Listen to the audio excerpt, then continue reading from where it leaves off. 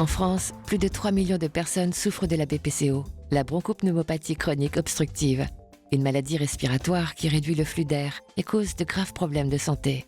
C'est une pathologie mal connue et il existe beaucoup d'idées reçues à son sujet. La preuve. Où en est la recherche contre la BPCO et est-ce qu'elle a vraiment aidé les malades ces dernières années? On a fait des grands progrès dans la recherche de la BPCO. Par exemple, on a mis au point des valves qui peuvent se mettre dans les bronches, qui soulagent les patients qui ont de l'emphysème. On a mis au point également des médicaments qui s'administrent par voie injectable, qui viennent en complément des médicaments par voie inhalée qu'on a depuis maintenant 20 ou 30 ans. Ces médicaments par voie injectable, ils vont limiter d'environ 50% le risque de faire une exacerbation, c'est-à-dire une aggravation aiguë de la maladie. Donc là, c'est des gros progrès. Et on ne s'arrête pas là. Il y a des équipes qui travaillent pour essayer de réparer le poumon qui a été abîmé par la BPCO, notamment dans l'emphysème. Oui, la recherche contre la BPCO avance. Et parmi les projets soutenus par la Fondation du Souffle, il y a Iconic, plus particulièrement orienté sur les femmes.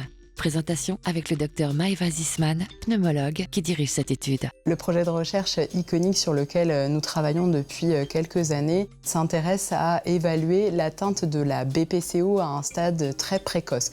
C'est-à-dire que l'objectif est d'évaluer chez des patients fumeurs le nombre de patients qui ont effectivement une maladie qui s'appelle la BPCO, mais également de connaître les maladies qui s'associent à la BPCO, qu'on appelle des comorbidités, que sont les comorbidités vasculaires et cardiaques, mais également l'anxiété, la dépression et l'ostéoporose, qui est donc la fragilité osseuse, qui souvent s'associe à la BPCO à des stades tardifs, mais on ne sait pas ce qu'il en est à des stades très précoces. Et donc le projet Iconic vise vraiment à évaluer cette maladie au tout début de son apparition.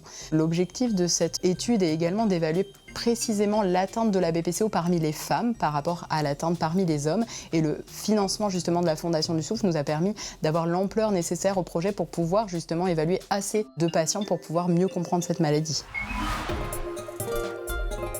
La Fondation du Souffle a un rôle moteur dans le financement des projets de recherche sur la BPCO et la formation des chercheurs.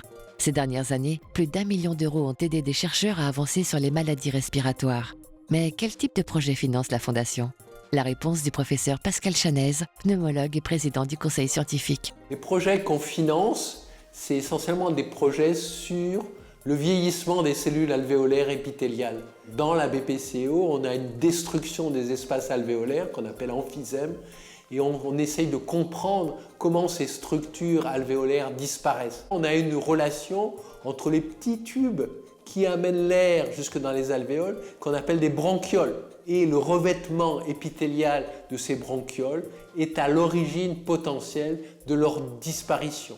Et si on sait les régénérer, à ce moment-là, on a peut-être une chance d'améliorer la survie des espaces alvéolaires.